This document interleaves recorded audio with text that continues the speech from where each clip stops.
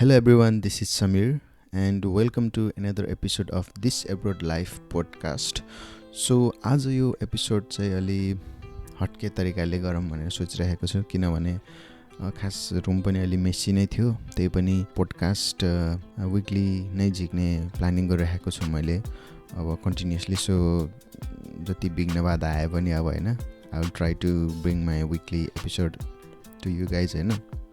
So आजको topic छ, should you let your friends and or relatives know that you are coming to Australia for abroad study अस्ट्रेलियामा गर्ने planning गरिरहेको छौ भने तिम्रो फ्रेन्ड्स अब रिलेटिभ्स जो चाहिँ अब अलरेडी अस्ट्रेलियामा छ उनीहरूलाई अब तिमी कन्ट्याक्ट गर्नुपर्छ कि पर्दैन. यो नगर्दाखेरि मानिसहरू हैन भर्खर आउने विद्यार्थीहरू प्रब्लममा पनि पर्न सक्छ. सो एब्रोड स्टडी भनेको सधैँ पनि हाम्रो लागि एउटा डिलेमाको जस्तो कुरा हुन्छ हैन. हामी नेपालबाट विदेश पढ्न आउने बेलामा हरेक सबैको भिजा एक्सेप्ट हुन्छ भन्ने हुँदैन हैन. सो सधैँ एउटा डिलेमा र अनसर्टेनिटी भइरहेको छ. अनि यदि रिजेक्ट भयो भने चाहिँ यो त रिजेक्ट भयो भनेर त्यो ट्याग बस्छ नि त, है यसलाई त रिजेक्ट गरेर भन्छ. अनि त्यो ट्याग बसेको देखाउन पनि चाहन्न मान्छेहरू हैन. सो यसले गर्दाखेरि अब most of us get afraid of whether our visa gets rejected हैन. अब भिजा रिजेक्ट भयो भने त बोर हुन्छ अनि पुरा दुनियाँलाई भन्यो अनि लास्टमा गएर भिजा रिजेक्ट भयो भने हैन, that's like awful experience. So त्यो नहोस् भनेर पनि भन्दैन धेरै जसो साथीहरूले. इभन मैले पनि खासै भनेको थिएन. अब कसैले भन्छ हैन, कोही चाहिँ अब फेरि जान पाएको छैन, म त वहाँ गएर यस्तो गर्ने हो, तँलाई केही ल्याइदिउँ पनि भन्छ उस्तै भएर. तर कोहीले चाहिँ अब सेयर गर्न चाहन्न भनौँ न, अब अलिक प्राइभेट गर्न चाहन्छ यस्तो कुराहरू, एप्लाई गरेको कुराहरू. अनि कोही त अब अस्ट्रेलिया गएपछि यो त अस्ट्रेलियामा आइपुगे रहेछ, मलाई त भन्दै भनेन भन्ने जस्तो पनि हुन्छ. अस्ट्रेलिया मात्रै होइन, अब लाइक तिमी अरू देशको नै अब युके अथवा युएस कुनै पनि देशहरू एब्रोड स्टडीको लागि तिमी जाँदैछौ भने अब भन्न ठिक छ कि छैन, अब वहाँ भइरहेको एक्जिस्टिङ फ्रेन्ड्स एन्ड रिलेटिभ्सलाई भन्ने हो कि होइन, त्यो कुरा डिस्कस गरौँ. सो सुरुमा वहाँ भएको मान्छेहरूलाई भन्ने कि नभन्ने भनेर 3टा क्राइटेरियाहरू हुन्छ होइन. सो त्यो 3टा क्राइटेरियाहरूमा चाहिँ whether you want to get in touch, तिमीलाई अब उनीहरूसँग भेट्न मन लागेको छ या छैन, अथवा तिमीलाई अब वहाँ गएर हेल्प चाहिन सक्छ अथवा चाहिँदैन. थर्ड भनेको चाहिँ अब तिमीसँग हैन फाइनेन्सियल सिचुएसन कस्तो छ तिम्रो. फर्स्ट क्राइटेरिया हैन, गेट इन टच गर्न मन लागिरहेको छ भने अब अभियसली तिमीले कन्ट्याक्ट गर्नुपर्छ, भन्नुपर्छ हैन. अब वहाँ गएर भेट्ने हो भने त अब भन्नु पऱ्यो अब म आइरहेको छु भनेर. अर्को चाहिँ अब तिमीलाई वहाँ गएर हेल्प चाहिन्छ. अब सुरुमा जाने बित्तिकै अब धेरै कुराहरू नौलो हुन्छ, अनि त्यो सुरुको सेटअप हुनको लागि तिमीलाई हेल्प चाहिन्छ भने पनि, अथवा सुरुमा गएर बस्ने अब काम सामको लागि पनि हेल्प चाहिन्छ भने त्यस्तो कन्डिसनमा पनि अब हुनसक्छ होइन, तिमीले कन्ट्याक्ट गर्ने कि नगर्ने. अथवा तिमीसँग फाइनेन्सियल प्रब्लम अलिकति छ, अब जाने बित्तिकै सुरुमा अब पैसा तिरेर आफै होइन रेन्टमा बस्न नसक्ला, अथवा कामहरू जाने बित्तिकै गर्नुपर्ने हुनसक्छ कसैलाई. सो त्यस्तो कुराहरूमा पनि डिटरमाइन गर्छ. यदि अब पैसा एबन्डेन्ट छ, पैसा थुप्रै छ, जति भने छ भने त अब लाइक हामी जानुभन्दा पहिला नै यहाँबाट अब रुमहरू लाइक बुकिङ गरेर अथवा युनिकै एकोमोडेसनमा पनि बस्न सकिन्छ. तर अब पैसा अलिक कम छ भने चाहिँ अब गएर सुरुमा कोही चाहिँ अब फ्रेन्ड्स अथवा रिलेटिभ्सहरूकोमा बस्छ, अनि त्यसपछि अब कामसाम पायो भने अब आफ्नै रुमहरूमा जान्छ होइन. सो त्यस्तो कुराहरूले पनि डिटरमाइन गर्छ. र सुरुमा चाहिँ अब फ्रेन्ड्स र रिलेटिभ्सलाई पनि अब 2टा क्याटेगोरीमा डिभाइड गरेको छु मैले. अनि फ्रेन्ड्सलाई अब कुन कति बेलामा भन्ने, रिलेटिभ्सलाई कुन कति बेलामा भन्ने, अलिक सजिलो होस् न होइन. सो फ्रेन्ड्सलाई चाहिँ अब होइन तिमी अब मिल्ने साथी छ, एकदमै नजिकको भयो भने त अब अभियसली तिमीले भनिहाल्छौ. त्यही पनि अब ठिकठिकैको गुड पर्सनालिटी भएको मान्छे छ, अब तिमी ह्याङआउट गरिरहेकै मान्छे हो भन्ने चाहिँ अब तिमीले भन्नुपर्छ. If you want help from them तिमीले भन्नुपर्छ, किनभने भन्यो भने पो अब थाहा हुन्छ, अब मेन्टली प्रिपेयर हुन्छ. अब तिमीले भनेकै छैन भने त अब कसरी थाहा हुन्छ त नि अब त्यसलाई त्यो आइरहेको छ अब हेल्प गर्ने भनेर. अनि अब कुनै साथीहरू, कति धेरै साथीहरू त अब आइरहेको छ भने ह्याप्पी पनि हुन्छ है, एउटा साथी अर्को एउटा मिल्ने साथी आएको छ भने होइन. अनि साथीहरूमा चाहिँ अब यो मेसेजहरू कन्भे गर्न पनि सजिलो हुन्छ. लाइक वहाँ गएर ओइ मलाई त हुने ठाउँमै राख्दै अल टाइम होइन, अब मैले आउने बित्तिकै कामसाम नपाएको बेलामा भन्यो भने अब फ्रेन्डहरू छ भने चाहिँ त्यो भन्नु पनि सजिलो हुन्छ, किनभने अब फ्रेन्डले अब आइदर ल ठिक छ होइन भनिहाल्छ, अथवा मेबी मेरो ठाउँमा त हुँदैन तर अर्को एउटा साथी छ त्यसकोमा राखिदिन्छु अब त्यसरी नै भन्न सक्छ है। सो फ्रेन्डहरूमा चाहिँ अलिक इजी हुन्छ मेसेज कन्भे गर्न, त्यो भएर पनि भन्नुपर्छ। फ्रेन्डसिप भनेको चाहिँ लाइक रिलेटिभको रिलेसन जस्तो होइन, लाइक फ्रेन्डसिप भनेको चाहिँ तिमीले अब बनाएको, तिमीले आफै बनाएको रिलेसन हो नि त। सो यो चाहिँ अलि इजियर हुन्छ होइन, कुराहरू खोल्न, प्राइभेट कुराहरू खोल्न, लाइक तिमीलाई हेल्प चाहिरहेको छ भन्ने टाइपको कुराहरू खोल्न। त्यो भएर चाहिँ आई थिङ्क फ्रेन्डसिप अथवा फ्रेन्ड्सहरूलाई भन्ने बेला चाहिँ अलिक सजिलो हुन्छ। त्यसैले पनि फ्रेन्डहरूलाई चाहिँ भन्नुपर्छ तिमी आइरहेको छ भनेर होइन।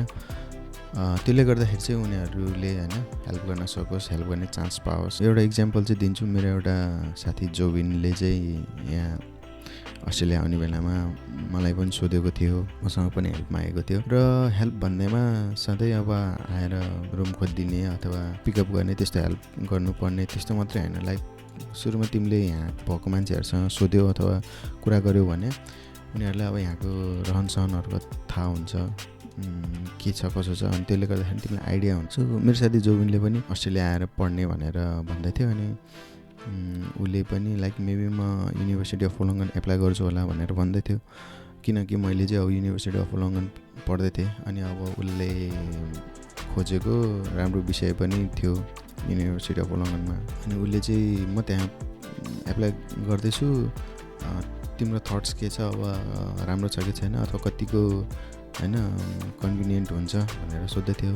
अनि मैले चाहिँ मेरो एक्सपिरियन्स भने, किनभने अब हामी सिडनीमा बसेर युनिभर्सिटी अफ वोलोङ्गन पढ्न जुन चाहिँ अब डेली 1.5 आवर जतिको ट्रेन राइड हुन्छ होइन, 1 to 1.5 आवर जतिको। सो त्यो कम्प्युट गर्न सक्छौ भने ठिक छ, युनिभर्सिटी अफ वोलोङ्गन पढ।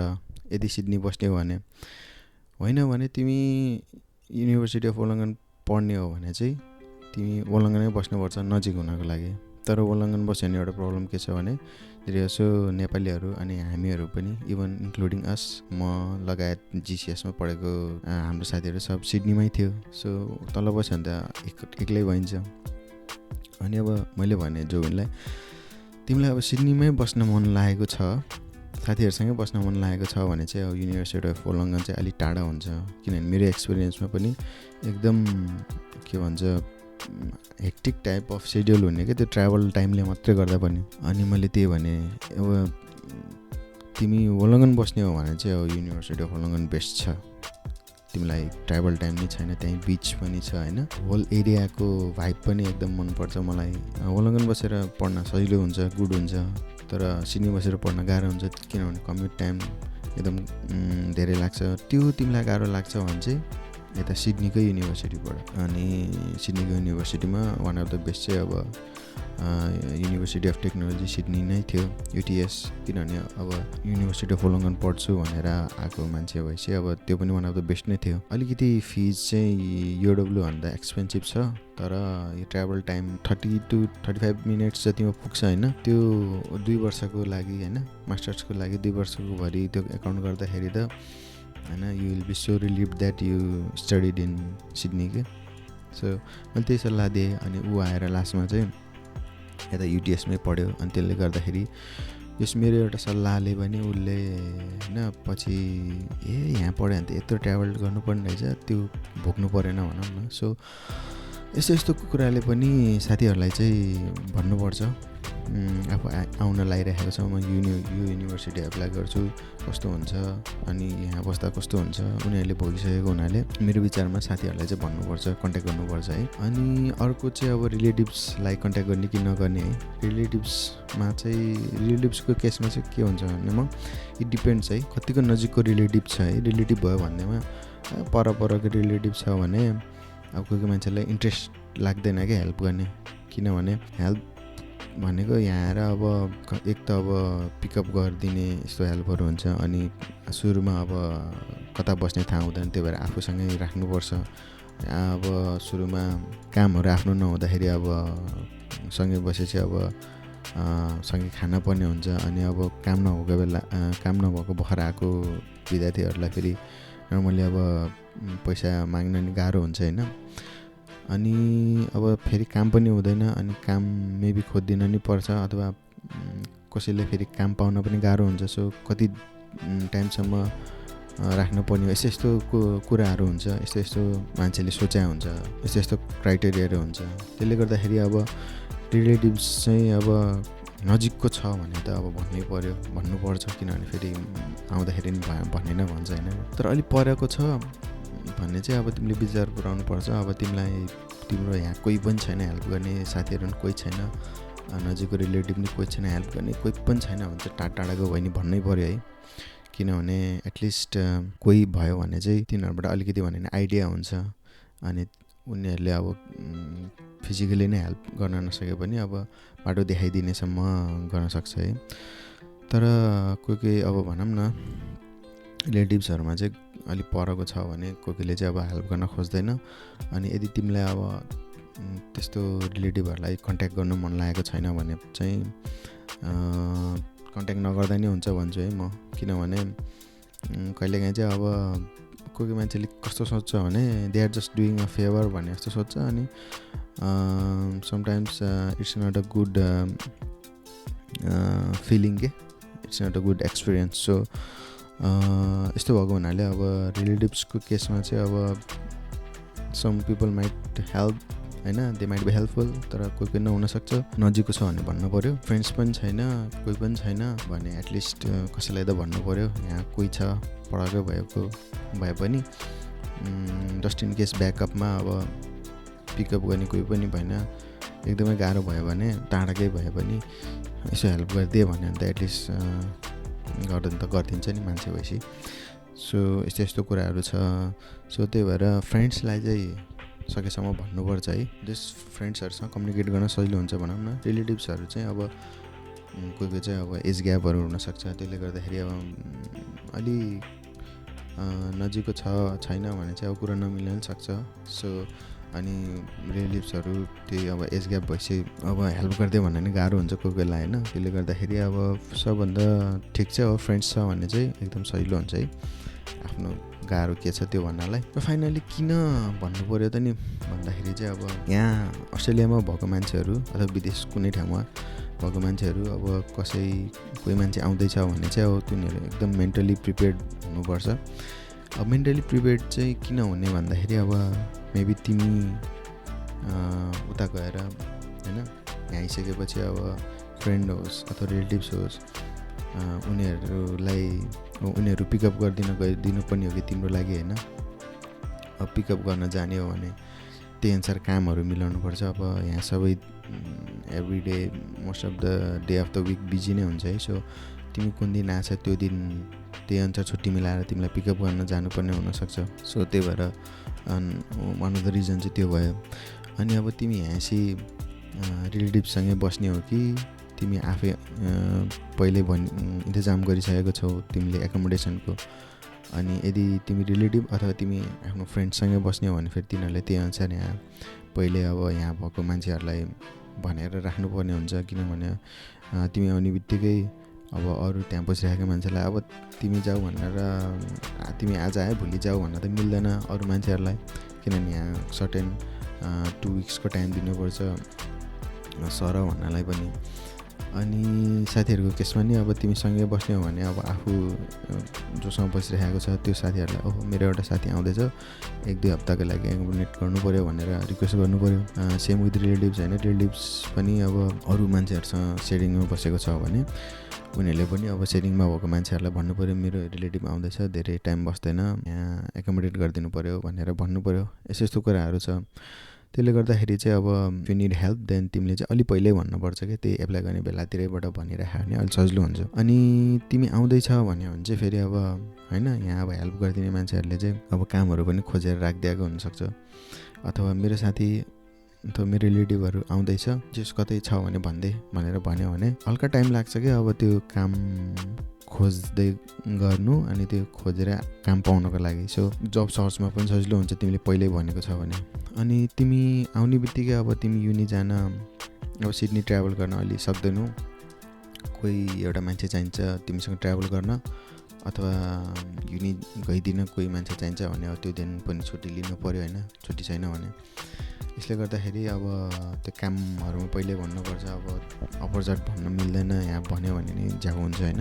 काम नहुने बेला सँगै ग्रोसरी पनि खानाहरू पनि सँगै खाएको छ भने चाहिँ यस्तो बेलामा अब टाइम पनि छुटाउनु पऱ्यो, अब फाइनेन्सियली पनि छुटाउनु पऱ्यो, किनभने अलि एक्स्ट्रा मान्छेको वास्ता एक्स्ट्रा खर्च हुन्छ। यस्तो कुराहरू भएको हुनाले अलि पहिला नै तिमीले इन्फर्म गर्यो यता यहाँ भएको मान्छेहरूलाई भने त्यो मान्छेहरूलाई पनि मेन्टल्ली अनि इमोसनल्ली प्रिपेयर हुन सजिलो हुन्छ। त्यसले गर्दाखेरि चाहिँ अब if you want help from your friends and relatives then होइन तिमीले एब्सोल्युटली भन्नै पर्छ। अनि तिमीलाई हेल्प चाहिँदैन भने पनि भन्दाखेरि ठिक हुन्छ, किनभने यहाँ आएर अब यसो भेटघाट गर्न सजिलो हुन्छ। त्यही हो, पैसा कति लिएर आएको छ, पैसा तिमीसँग थुप्रै छ भने चाहिँ हेल्प नचाहिन सक्छ। यहाँ रुमहरू खोज्दा नि खासै प्रब्लम त हुँदैन, रुम नपाउने भने त होइन, तर सुरुमा काम नहुँदाखेरि रुमको भाडा तिर्न गाह्रो हुन्छ भनेर तिमी साथी अथवा रिलेटिभहरूसँग बस्नु पऱ्यो भने हो मेन। तर फाइनल्ली चाहिँ के भन्छु भने अब तिम्रो फ्रेन्ड्सलाई चाहिँ सकेसम्म होइन कन्ट्याक्ट गरेकै राम्रो। रिलेटिभ्सहरूलाई चाहिँ अब सेलेक्टेड भनौँ न, तिम्रो नजिकको छ, विलिङ टु हेल्प छ भने अब कन्ट्याक्ट गर्नै पऱ्यो। र अलिक टाढाको छ तिम्रो फ्रेन्ड्स छ अनि रिलेटिभहरू अलिक टाढाको छ, खासै चिन्ने छैन भने अब फ्रेन्ड्सलाई मात्रै भनिनु भयो। अनि फ्रेन्ड्स पनि कोही छैन, अरू नजिकको रिलेटिभ पनि कोही छैन, टाढाको त्यही एउटा मात्रै छ भने यस उसलाई पनि भन्नुपर्छ, किनभने जस्ट इन केस तिमीलाई इमर्जेन्सीमा केही पऱ्यो भने उनीहरूले पहिला भनेको थियो भनेर माइन्ड मेकअप भएको भएपछि अलिक सजिलो हुन्छ। अनि तिनीहरू रिसाउँदैन भनौँ न। सरप्राइज इज नट गुड के, मान्छेहरूलाई होइन प्रिपेयर भएर बस्न पायो भने ठिक हुन्छ टाइममै। सो द्याट्स अल गाइज होइन, मैले डिस्कस गरेँ आज whether you should let your friends or families or relatives no होइन that you're coming to Australia for abroad study. र यस्तै कुराहरू एब्रोड स्टडीको कुराहरू मैले भएको कुराहरू लिएर आउँछु म मेरो पोडकास्ट दिस एब्रोड लाइफमा। Keep listening to this podcast. अब युट्युबमा त मैले युट्युबमा हाल्छु, अरू प्लेटफर्ममा लिसन गर्ने हो भने मैले तल लिङ्क इन द डिस्क्रिप्सन दिन्छु। सेयर एन्ड सब्सक्राइब गर्न नबिर्सनु होला। I will see you next week. By.